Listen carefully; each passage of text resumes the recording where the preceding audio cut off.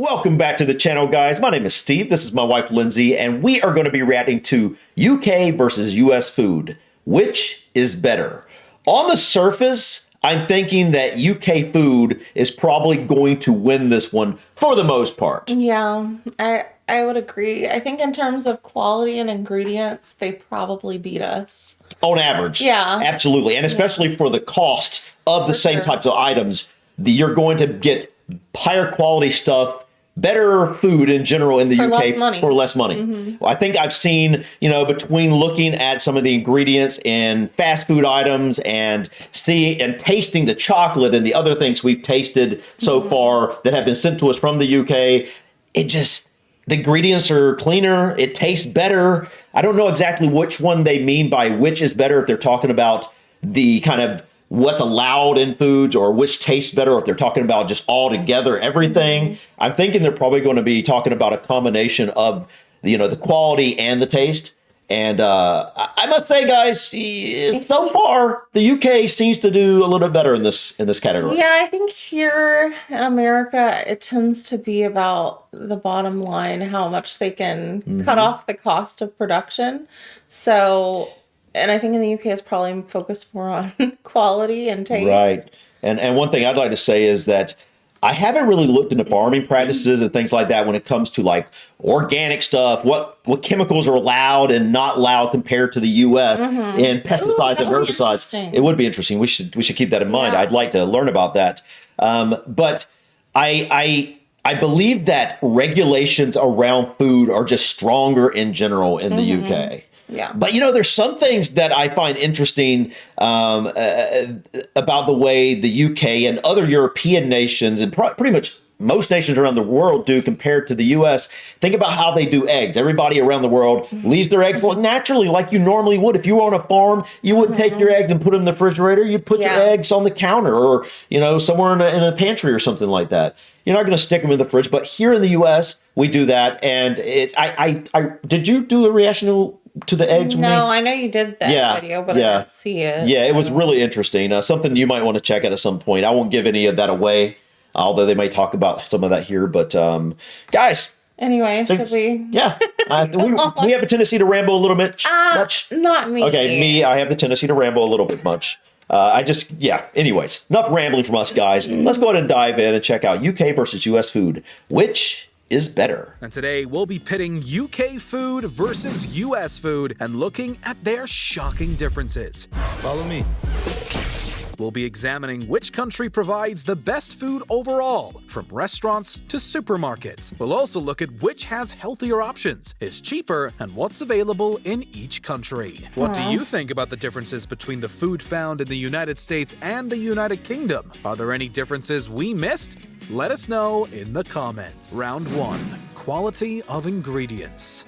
Ingredients in food we eat vary wildly depending on whether we are eating food from a package or food from a restaurant. As a result, we'll be looking at the major food chains common in both countries and whether the quality of their ingredients differs widely. Interesting. In 2019, food activist Vani Hari, who also goes by the Food Babe online, showcased her research into the difference in ingredients found in packaged food items. This included Doritos, Mountain Dew, Quaker Oats, Heinz tomato ketchup, and more. I've seen a few of these. That packaged food made and sold in the US contained vast amounts of artificial coloring and flavoring. For example, in the United Kingdom, Mountain Dew got its bright color from beta-carotene, a natural color derived from certain orange or yellow fruits. In the United States, it came from yellow 5. Why? Yellow 5 is a petroleum-based dye called tartrazine. Most studies on artificial food colorings like tartrazine have shown that children who consume large doses can be negatively affected. Randomized, double-blind, placebo-controlled food challenge, published in perhaps the most prestigious medical journal in the world, showing artificial colors increased inattentiveness, impulsivity, and hyperactivity among young children. I know you want to pause here because we've discussed this at length. We talked about it on the channel before? You probably have. I probably mentioned it in passing. I know, actually, I remember I have some video. I don't even remember what video that was, but we've always been conscious of this, even before we found out really how bad it was. But we have experienced it firsthand. Firsthand with Sophia. And the worst one are the red food dyes. I mean, they're all bad. Yeah, but the red food dyes tend to be worse. And it is, I can't even describe to you the difference it's just night and day. And it's so frustrating and hard to find food in the US that doesn't have prepackaged food. Well, yeah, prepackaged food, but I'm just saying it's really, really hard and expensive to source stuff that isn't. It's a shame. Because, like, you don't want your kid to feel like they're missing out on fun stuff. Yeah. But it just makes it hard when you go to birthday parties and or even events. even grandparents. Yeah. You know, like they don't, people that don't know about these types of things, and then feed the kids this, and then wonder why the kids start acting out and getting hyperactive and things like that. And it is because of these food dyes. And it's like, this is one example. The Mountain Dew, one example. Why? Why are we subjected to such nonsense? Why do we have to have petroleum-based chemicals in our food when it is just as easy? It feels very purposeful. It absolutely does. I mean, when they go out of their way to make ours specifically the worst. Like you got regulations in these other countries, right? In the UK, we're talking about now, and so they're like, oh, we need to make this way so we can sell products there. Why not just do it across the board? But why? Oh, well, we can save money in the US and we can poison them, so let's just do it. It's like, it's so disgusting and it's so ridiculous. And it's one of the reasons we have a much worse health epidemic here in the US than in the UK, because it's so much harder to avoid these things. And you can imagine, while, okay, it's just a Mountain Dew this one time, this is a little bit of this chemical, but when you go across the board day after day, week after week, month after month, these little bits at a time of these chemicals that aren't in other countries, you get poisoned. But you're saying specifically Mountain Dew. It's literally in everything. That's just my first example. I know, but I'm just saying some people watching might not realize it's not just soft drinks. No, they know. They know. Soft drinks. It's in chips. It's in everything. Literally fruit snacks. Like, you can't avoid it if you eat processed food, if you eat any packaged food. Yeah, it's ridiculous, but we could talk about this all day. So we're very passionate about that. Yeah. I mean, I think most people that are in the know about this type of thing and have kids would be passionate about this, because if you've seen it firsthand, no one can tell you any different because you've seen it firsthand. And it's one of the simplest things that you can change. Right. Simple for you and your household, but not when you're out and about in society. It's harder to do. Your child sees all the other kids eating these red dyed fruit snacks and cotton candy and birthday cake with the horrible icing that has the dyes in it. And when I say horrible food, we are not talking about sugar. I think sugar's fine, no big deal. I mean, you don't want to eat too much of it, but compared to artificial sugar, it's much better. Artificial sweeteners, I should say. But yeah, enough rambling. Let's continue. You may also remember when groups campaigned to have azo dicarbonamide removed from bread and Subway, was that in the food? Right, why in there? Wendy's, and many other major American food chains. This was in part because this chemical can also be found in yoga mats. The additive is approved by the FDA, and other companies also use it in their breads. Subway came under fire after a food blogger petitioned for its removal, noting that the chemical is also used to make yoga mats.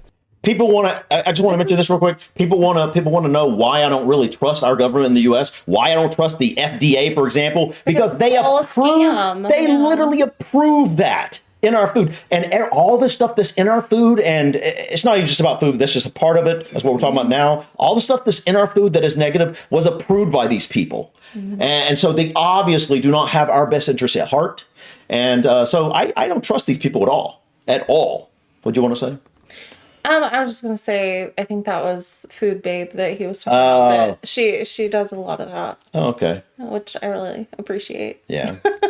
The campaigning by Harry to remove harmful ingredients from specific U.S. packaged food has proven successful on multiple occasions, but there is still a lot of work to be done in the United States. Chili's look familiar. And the World Health Organization has deemed it an asthmatic trigger. It causes lung issues in workers who handle it, skin irritation, eye irritation. So this is a very dangerous chemical that's being used in our bread. The reason why the UK may fare better in this area is due to the fact that food regulations regarding artificial colorings and ingredients are generally much stricter. For example, in Europe alone, food companies must include warning labels if they use artificial dyes. This results in many opting not to use them, as it may deter potential customers.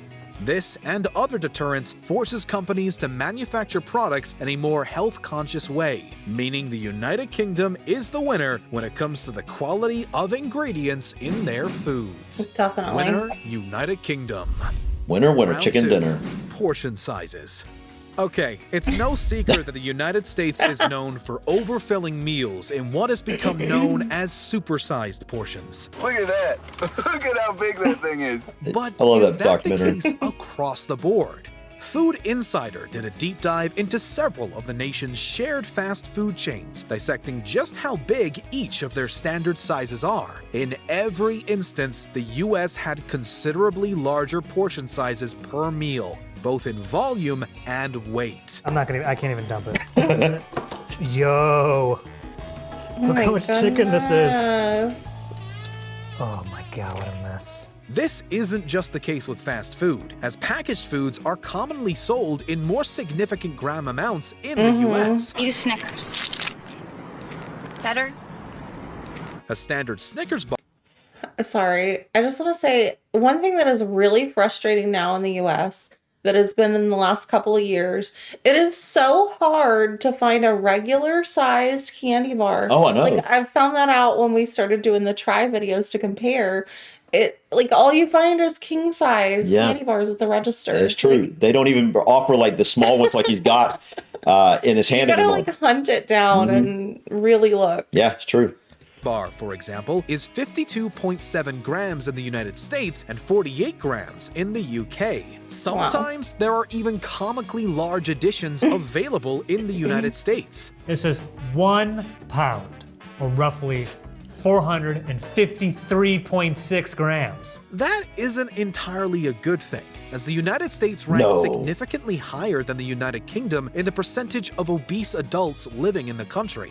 While 1 in 8 Americans rely on food stamps, the stocks of Taco Bell, Pizza Hut, Kentucky Fried Chicken, and McDonald's are at all-time highs. Some might remember the 2004 documentary Super Size Me, in which director Morgan Spurlock lived exclusively on fast food, which gosh. spurred active Exclusively discussions on McDonald's. the health risks of America's fast food. Anybody would say right now that you're sick. However, we don't measure for health, we measure for sizes. In almost every case, the United States destroys the UK's portion sizes. Well, Winner. I don't know if United that's a good States. thing to Wait. win on. Round 3. Wait. How is that better? Because you get more. per Yeah, serving, but but the quality is worse. And the cost is But if I'm saying which is better, I'm thinking that having a smaller portion size is better. And not okay. But for health, but they're going on. Yeah, I guess that's true. That's what that's why he said not okay. Right. Yeah. Overall prices.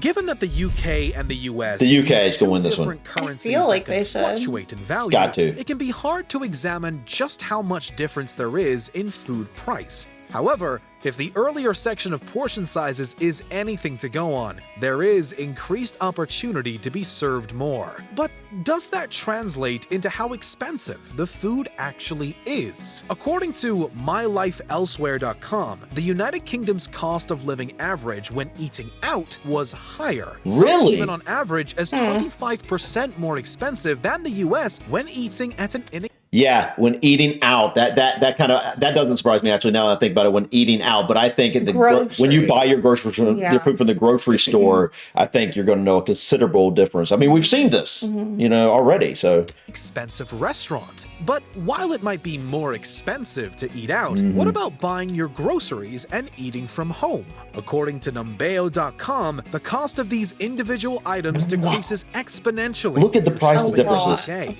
A 500-gram loaf of fresh bread would cost you $2.76 on average in the United States, but would only cost $1.31 when exchanged for pounds in the UK. $2.76? That's cheap. Overall, consumer prices What would are we pay, $4 or 3% $5 lower, and for grocery a loaf of prices bread? are a $5 for a loaf of bread? Yeah. 20% lower. However, restaurant prices are 5% higher than in the United States. Given how much these percentages lean in the UK's favor, the winner of this round is the United Kingdom. Yeah, I knew that would be the Winner, case. United Kingdom. Round 4, variety. The United States has one of the biggest economies in the world. It also has larger portion sizes. I think the U.S. but might win doesn't this one. have the Variety. most food chains and products available. This might be a bit unfair, as the United States is 40 times bigger than the United Kingdom. It makes complete sense then that most of the world's largest restaurant chains originated from the U.S. McDonald's, KFC, Burger King, Starbucks, Domino's, Pizza Hut, just to name a few. So bring your appetite, bring everybody. There are many chains from the United States that haven't made the crossover, however. The United Kingdom does have a few select brands originating in the nation, such as Wetherspoons and Greggs. However, the United States vastly outweighs its competition in large brand availability and origins. This also extends to packaged food as well. There are many sweets and treats from the United States that would need to be exported to the United Kingdom rather than be made by a local factory. So, in the case of the variety of foods available to the average customer, the United States wins out. Winner, United States. Round 5, food safety standards. That's like a joke. No, this is there any question? No, like I would be shocked if this said the U.S. Yeah, like I'd be floored. I'd probably fall out of my chair if they said the U.S. And I know they won't. This is 100%. I don't even have to look at this. This is 100%. UK's got much higher standards across the board when it comes to food standards, food regulations, just all of it, no doubt. Clarify, when we say food safety standards, it doesn't just refer to the type of ingredient a food might contain, but also the enforced practices a country will partake in to prevent the spread of foodborne illnesses. Preparing a story. The principles of food safety aim to prevent food from becoming contaminated and causing food poisoning. With this in mind, ensuring that food is safe for human consumption is likely the most critical part of the food preparation process. This means we will measure how sanitary food production is in the US and UK and look at the processes involved in creating the food. I feel like UK is going to win. This but... includes the management and care for animals. Yeah. I think the United States clearly has a larger population to cater for. It also has farther to travel to get their farm produce. And while the food safety practices have been ranked closely on an international stage, there are still areas for concern. The United Kingdom has had a few food-related scares. A notable case includes the 2013 horse meat scandal, where foods advertised as beef in the EU contained horse meat. The horse meat controversy began last month. Horse DNA was found in burgers stocked by some supermarket chains, including Tesco, Iceland, and Lidl. Today, the beef saga has spread, affecting firms in the UK, Irish Republic, Poland, and France. But this is an outlier in the UK food industry, as locally produced food follows a lot of stringent cleanliness and tracing laws. All cattle are registered at birth, individually verified, and have their movement monitored throughout their entire life. That's in pretty addition, cool. British beef requires their country of birth, rearing, and slaughtering to be listed on packages. I like American that. farmers, on the other hand, have no such obligations. Animal cruelty laws are also much more advanced in the UK than in non-EU countries. As a result, many profit-based practices have been outright banned, including battery cages, sow stalls, and male pig castration. I like that. Feed Yeah. also That's has really stricter great. rules in the UK. To reduce the risk of transmitting brain disease in chicken, meat and bone meal isn't allowed in poultry feed. In addition, some feeds that promote growth in pork and chicken aren't authorized to be used on British farms. If we're looking at crops, there is also a difference in pesticides used. Since 2016, the UK and EU have banned an insecticide called chlorpyrifos due to its link to brain damage in children. Well, the Nazi state developed this set of chemicals to be nerve gases. Sarin gas is in this family. But after the war, they realized, well, this will attack anything with the nervous system, so it's very effective in treating crops and killing insects. But if it drips, of course, it poisons people. It has the same kind of effect. It is legal to use in the US, however. Makes me so The same mad. goes for neonicotinoids, which It'd were make me banned mad in too. Europe due to concerns over their harm to bees. Neonicotinoids are water-soluble and relatively mobile in the ground. So when it rains, they are easily washed into the groundwater and runoff water. This means they affect the whole environment and are also absorbed by wildflowers and plants via their roots. The entire landscape becomes toxic for insects. As recently as 2020, the UK banned fungicide chlorophyllonyl due to concerns about its effect on water quality and the environment. But perhaps the most frequently discussed difference is the use of chlorine to wash chicken. The process is used to decontaminate the meat and kill any bacteria left on the skin before it's sent off for packaging. But really, it's a different standard in the United States. And it's not just chicken. While this is a common practice in the United States, a trade group called the Soil Association argues that chlorine washing simply gives the impression contaminants have been killed. The United Kingdom, by comparison, doesn't allow this practice. They instead rules that are designed to keep the meat as clean as possible. No, I think I did probably just... It would certainly appear the United Kingdom is further ahead when it comes to the safety of its practices in creating food. Winner, United Kingdom. No surprise. United States 2, United Kingdom 3. Overall, the United Kingdom beats out the US with a narrow 3-2 victory. Actually, I would go further than that, and I'd say that you beat us on portion size. A positive thing. It's not really a positive thing. I mean, I guess it is for your dollars or for your money. I guess it is for your money. It's a positive thing to get more for your money, but that's only when you're like eating out, really. Well, and if you're that, but you're foregoing the quality. I mean, more right? I mean, like if you're buying food from the grocery store, the supermarket, you're hands down going to be the winner across the board with pretty much everything. I mean, you're going to have better pricing. You're going to have better quality. You can control the portion size however you want. Right. What was the other? I don't even remember what the others were. What were the other two things? Food safety. Food safety. You're doing it. You're controlling that. They won that one though. And you. What did the U.S. won? Variety, and I think variety. To me, variety is the only one that makes sense here that the U.S. really won. And I mean, like, and in my opinion, I mean, like, in some ways, that's not even a good thing. Like, if I go to the grocery store and I want a box of cereal, if I literally have to look at an entire huge aisle, 100 boxes of cereal and like 10 of the same exact thing, and like, I'd rather just have one of the same thing. Boom, boom, boom. It's such, so I mean, that, I don't know. It depends on I guess if I was on a vacation and don't care about anything, having more variety could be fun. But overall, this doesn't surprise me. I mean, and the little bit you've, heard from me talking or seen on so far on you, it doesn't really surprise you either, does it? I mean, although we both have a long way to go to truly understand how the UK, practices their farming and what chemicals are allowed and the regulations and all that stuff, we do know quite a bit about what happens in the US. And it is disgusting. Like, I mean,